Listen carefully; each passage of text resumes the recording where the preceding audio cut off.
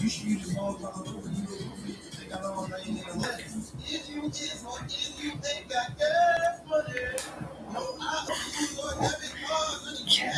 money.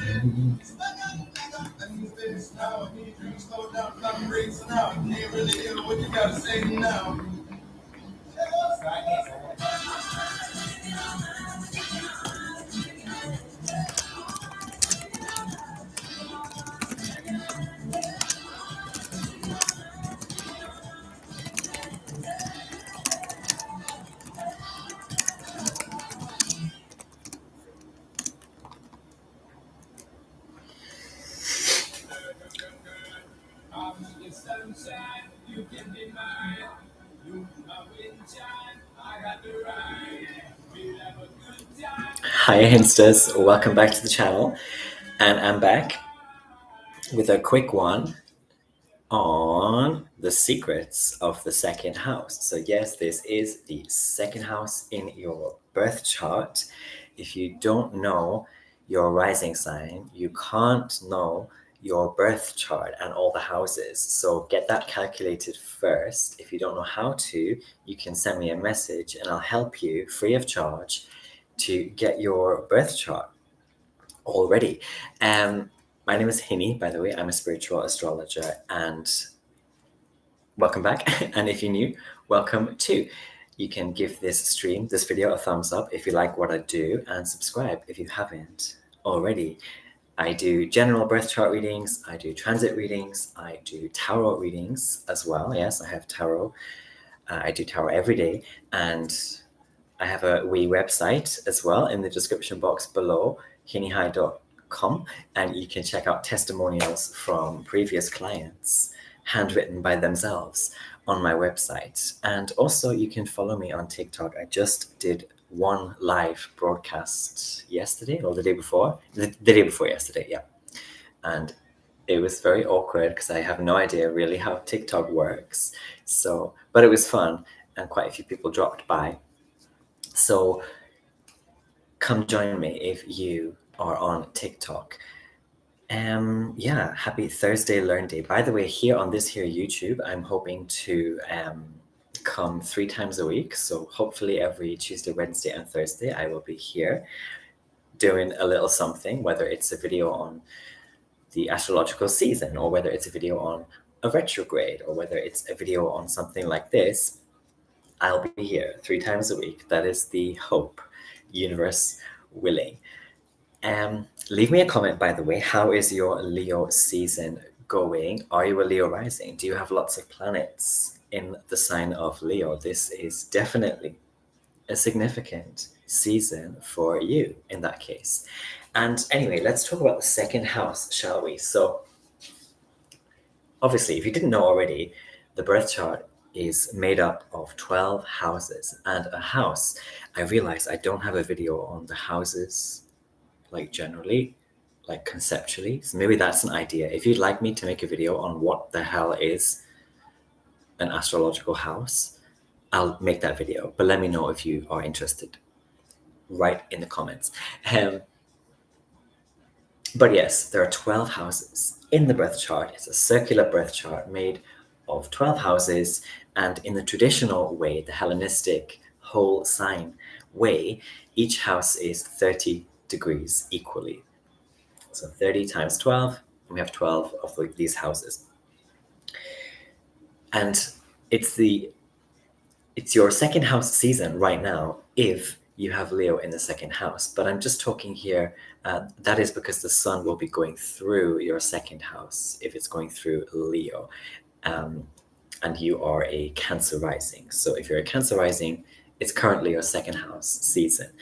But this video is more generally about the second house itself and kind of secrets. I just titled this stream Secrets of the Second House, but maybe you already know some or all of this stuff, but maybe you've heard it before from other astrologers, but here we are anyway.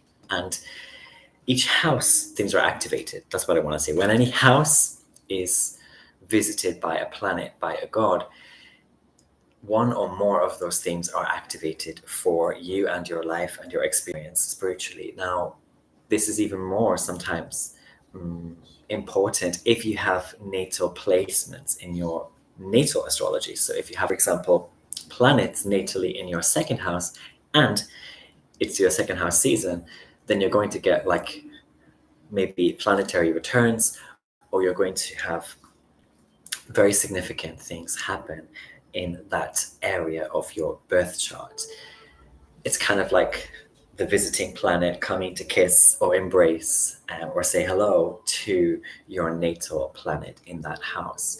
So anyway, what is the second house? So the first thing, number one, is the second house deals with nutrition. Did you know it deals with nutrition? So that is like all the things, the vitamins, the minerals, everything that we put into our bodies, mainly through food and drink, but also I guess anything else that we put in our body, like supplements as well, that kind of thing. Maybe even like toxins that we absorb or consume, but it's nutrition. It is like the condition of our nutrition. It is also how we are feeding our bodies. And it is things like diet as well, the second house. So how are we eating? What food groups are we or are we not putting in our body? That's the second house. And if you are Cancer rising right now, you will have the sun at the very least going through your second house. And the sun, he is the great illuminator. And you may well be getting more realizations or illuminations about your diet, for example. Another thing is eating in general. So like eating habits, eating disorders, eating kind of trends, or like your patterns of eating as well might be affected or disrupted or amplified when we have a planet visiting our second house. And also the ruler of your second house. Look to the planet that is ruling the sign in your second house, because that ruler, if they are being squared, for example, or opposed by another planet in real time or natally, then there could be even more significant second house goings on for you. Goings on? Going ons? Goings on? How do you say it? Goings ons? Going, I don't know. Anyway, there might be significant things occurring for you. Number two, the second thing I wanted to talk about, and the second secret of the second house, is cooking, yes, and chemistry, and mixology, and baking, and gardening. These are all things where we're putting lots of ingredients or elements together to create something else. Like we're cooking a delicious carbonara, or doing some literal chemistry in the lab, mixing chemicals. Or we are a bartender, or we are making cocktails, or we are baking a cake, or we are literally getting our thumbs green in the garden, or we're planting things on our balcony, we're growing tomatoes, this kind of thing. And that's all second house stuff. So putting multiple things together to get something back. And this leads to secret number 3 of the second house, which is effort and input. So the second house is kind of like this house of throwing stuff in, good, bad, ugly. It's every kind of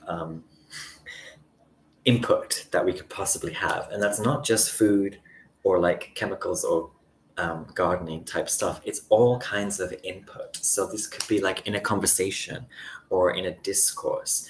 What is your input? How do you put in to those things? How do you contribute to like work and business meetings, especially, because I'm going to get onto this in a wee while. But that's also a kind of input. Even things like gossip. So if people are gossiping about another person, how do you contribute to that gossip? That's second house stuff. And it's very important when we talk about the second house to talk also about the 8th house, which is the opposite side of the second house. So if the second house is the house of input, then the eighth house is the house of kind of returns and like what you get from what you put in. So it could literally be the tomatoes finally appearing on the vine, or it's like the cake baking to perfection. It is the cosmopolitan finished and ready for consumption, and that kind of thing.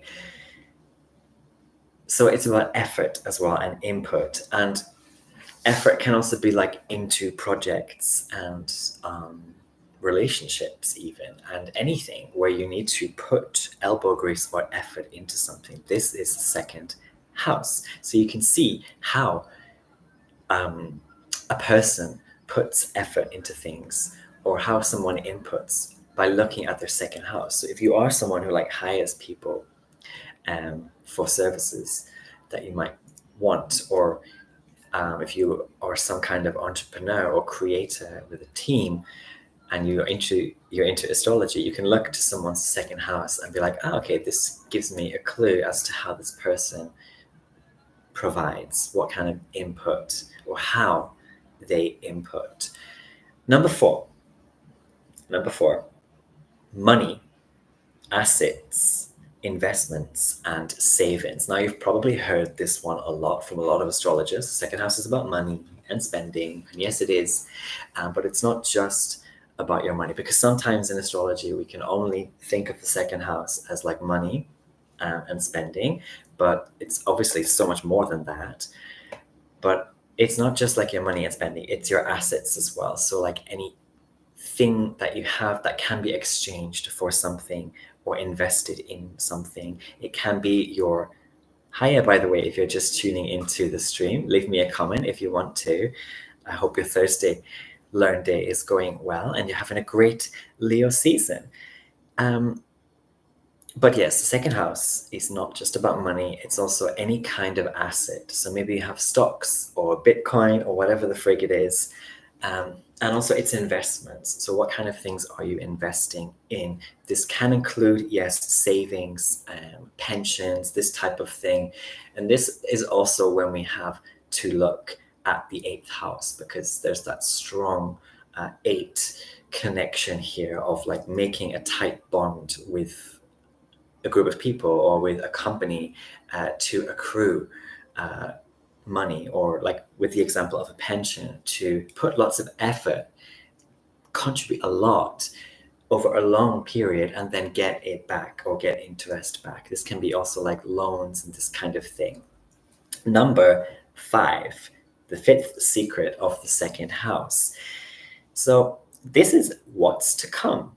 The second house represents what's to come. And this is also, I think, something that's little known in the astrology community, but the second house is a house of what is coming my way. The first house is me as a person, as a body, as a spirit. And we're going like this way, anti-clockwise in the birth chart. So we're going from the first house to the second house in this secondary motion, and then the primary motion, the opposite direction, is kind of like, yes, in secondary motion, the planets are going this way, but they're kind of being pulled by primary motion all the time to go back to the first house. So what this means then is things that are coming back my way, coming back around. Kind of what I talked about in point 3 with input and output from the 8th house.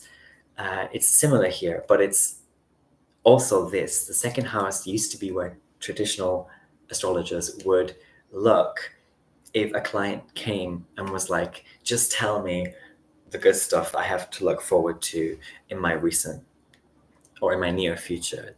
And the astrologer would look at the second house, because it's about what is to come to the native after their having been born on this planet, on this earth. So the first house is the birth, and the second house is like, but what is coming your way? Kind of what is a given for you, because the second house is kind of like givens and what is given for you. So that's number 5, the good stuff, what's coming my way. And number 6 then, number 6. So the 6th secret of the second house is stuff. but especially stuff on your person, in your pockets, in your handbag, in your backpack. It's the second house is stuff like your e-cigarette, it's your lighters, it's your cigarettes, it's your fan, it's all the stuff you carry on your person. Kind of like equipment, tools as well that you might always have. It's your phone, it's all this jazz. I call it the pocket house. It's kind of like the pocket house, the second house. And so it can literally be, in a mundane astrological sense, it can literally be just like about objects you're losing or having come back to you. Like you've lost something and you find it again during a second house transit. So if it is your second house season right now, that means you're Cancer rising. You might be appreciating your possessions more, your kind of on-person possessions more. You might find something that you lost that was on your person recently, and then during Leo season you find it. And also the second house is something you can look to in horary astrology, which often deals with finding lost objects, lost people, lost pets, all that jazz. So the second house is kind of like, what is coming to you and kind of what's around the corner sense. Number seven. So the seventh secret of the second house is work. And this is something that I don't really hear that much, but it's something that I've been believing in and thinking about for years now, astrologically. The second house, and again, in tandem with the eighth house, this axis is about work. So much we associate work with the sixth house, but in my humble opinion, the sixth house is only very, very minimally associated with work. The sixth house is more about like kind of like your career, because the sixth house makes a trine naturally to the 10th house, which the 10th house is the house of career and calling, resume. And then the sixth house is the house of things like suffering. So it's kind of like the suffering that you have to do to have a shinier resume or to work on your career. But it's not really the house of work, like work, like 9 to 5, like going through the motions. That's not really the sixth house. It is the sixth house if that work, going through the motions is causing you like health problems, or it's causing you mental health issues, or stress, or you're run down. Then we can say it's the sixth house, because that's the house of suffering. But work in general, work is much more, I feel, a second, eighth house type thing. Also because it's about hustling. Again, it's about everything you put in to something to get something back. And again, when I was talking about the third point, the third secret, if you are a hirer or an employer or a judge of some sort, and you're looking at people's charts or astrology, you can look to the second and eighth house axis more broadly, and you can see how this native is quite likely going to be as an employee or as someone working for you, because you can see their input-output axis. And this is work. It's like, that's going to give you a much better indicator of how somebody works, and also how I work. How do I work? Look at the second house and the second house ruler. And what I've realized over the years is that if you are struggling at work, to look to the ruler, the god or goddess that rules your second house, and to get closer to that god or goddess, and you will find that you can tap more easily into that god or goddess's energy, and you can work much better. I cannot speak today. I don't speak so much English these days. I live in Korea, so I speak Korean most of my days. It's been over a year now, so my English is like even more gone with the wind. So bear with us, please. But anyway, what point was I on? Point 7, work, and your own work, and tapping into kind of the ethical energy, the work ethic energy of the god or goddess that rules your second house. That can be very helpful for people who are having a hard time with work, or who want to tap more into positive, productive work type energy. All right, number 8. So number 8 is movable objects. So I talked about, like, in point number 6, I talked about kind of your on person possessions and items. And number 8 is like any other type of movable object. So this is your car, this is your furniture, this is your TV, this kind of stuff. Anything that you can move that is also yours. And it can get quite big, like a car or a van, but it's like your stuff generally. That's the second house as well. So if you're going through a second house transit, or it's your second house season, then, for example, that can be a good time for you to invest in more stuff for yourself, to buy more furniture for your house, or to buy a car even, or to upgrade a vehicle. So a second house can be that type of like item investment season. Number 9 then, and this is according to, let me just grab it, Hellenistic Astrology. I have showcased this book a few times on my channel, but this is by Chris Brennan. And in that book, he mentions, with regard to the second house, and I'm not Greek, so please, I might butcher this word, but bios, B-I-O-S, which is translated as livelihood and means of living and manner of living. So this is also something that's not often mentioned in astrology, but this is the second house as well. So your livelihood, your means of living, and your manner of living. So you can see how there's a bit more of this work association even with the second house. Now, point or secret number 10, I'm almost done, by the way. Point secret number 10 is that the second house has to do with property. So yes, we talked about objects, stuff, movable, big stuff even, but the 10th house is also the house of the second house is also the house of property. So your house, your flat, your plot of land, if you have it, but also digital properties. So if you own any websites, or even if you own any patents on things, that's the second house. So if you are a business person or a property owner or developer, whatever, the second house season for you, or significant transits affecting your second house ruler, can be more important for you to look at in terms of informing your decisions, your moves with regard to your property. Finally, then, number 11, and again, this is from this Brennan book, Hellenistic Astrology, and cue the next Greek term, koinonia. Koinonia. This is translated as sharing and generosity and charity. And I really wanted to end on that one, that secret, because that's something that even I have not really heard much of or thought much about in terms of the second house. But it is a house, or considered a house, to be of sharing and generosity and charity. And I mentioned also the 5th house too has this association. So that's very interesting. The 5th house being the joy of Venus, and the second house, there is actually no planetary or god joy here in the second house.